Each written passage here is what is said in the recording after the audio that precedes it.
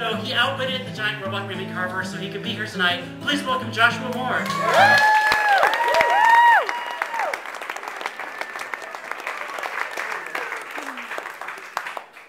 Good evening. We all totally reap the benefits of Charlie's vibrant imagination. We don't often take the time to recognize what a great job she does. Let's give her a big round of applause.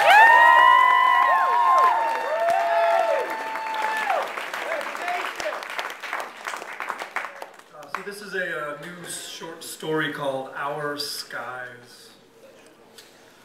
No one knows what you're doing. You, a rogue cater waiter, who none of the guests see slip away, even though 20 minutes earlier they all begged you for free glasses of champagne or apple martinis.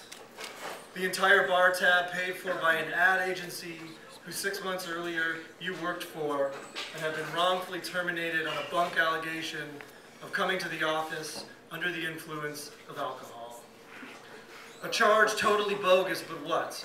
Were you going to sue a billion-dollar corporation? Could you really exact your revenge against their Ivy League lawyers whose assholes smell like cappuccinos? It hadn't been booze that had affected your job to such a glaring detriment, but music. Music you never knew existed, music that dwelled in the binary code you helped maintain and manicure as a programmer in the company's IT department. You never expected to find song in that ocean of ones and zeros, but on a Thursday morning, it shared its voices with you, whispering spirituals through your computer speakers. That first morning, you looked all around, wondering if other workers heard it too, but they didn't.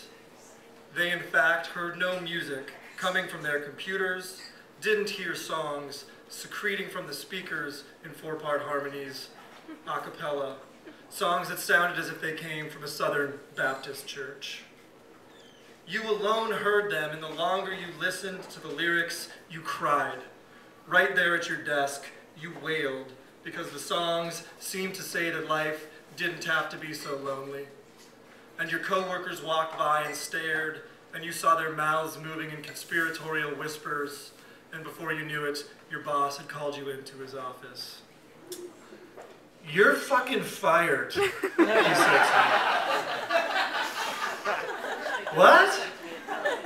I didn't even know anything was wrong," you said. "You didn't?" he asked. "Well, life can be that way. Everything's okay, and then whammo, the sky starts falling." You've tried to recreate the exact scenario from that cathartic Thursday morning. Drinking single malt scotch the second you got out of bed to forget she'll never let you come home. Scotch out of the same coffee cup you used at the office, the mug with the agency's name splattered on its side in a streaky cursive. You've duplicated these details with precision, listening and pleading, trying to coax concerts that never came, and the longer you went without hearing the songs, the longer the agency deprived you of the music, and inevitability mounted regarding your plot for revenge. Like this, like tonight, you feeling ready to take your boss's advice and make the sky fall. You posing as a cater waiter at the company Christmas party, actually growing a mustache, wearing dark-rimmed glasses and dyeing your blonde hair pitch black to disguise yourself as a stranger, to conceal your malice in a blue-collar facade.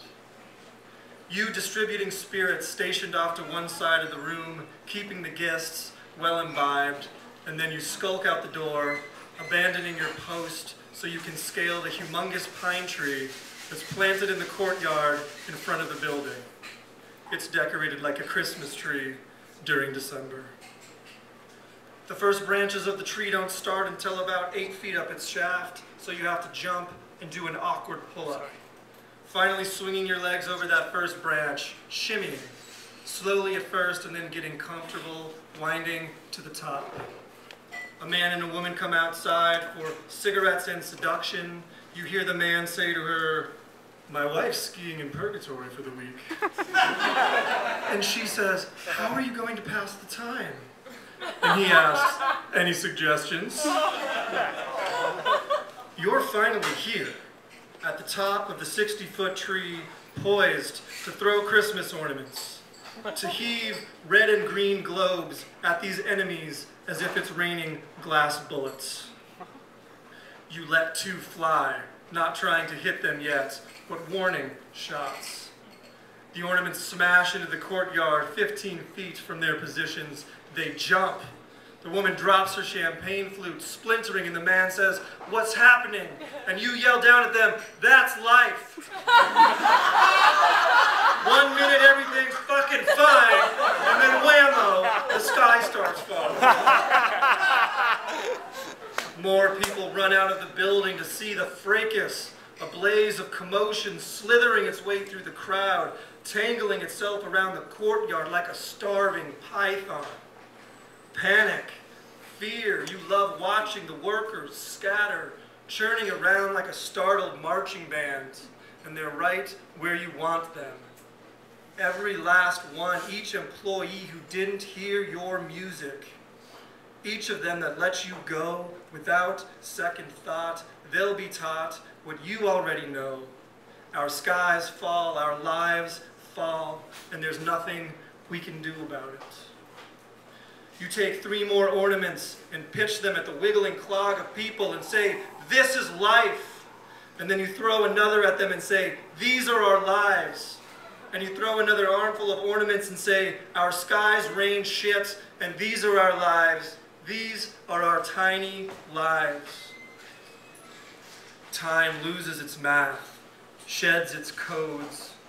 Some people in the crowd look up, open-mouthed, gasping, looking at you or at the glass orbs gaining speed, plummeting toward their faces, while others look down and cover their heads with their hands. Strangely, no one flees, all frozen and baffled and addicted to witnessing the conclusion of your air raid. But you actually close your eyes. Close them so you can listen to the shattering ornaments morph into 4-part harmonies.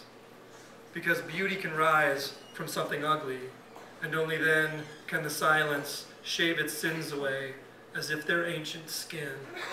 Thank you very much for your time. I appreciate it.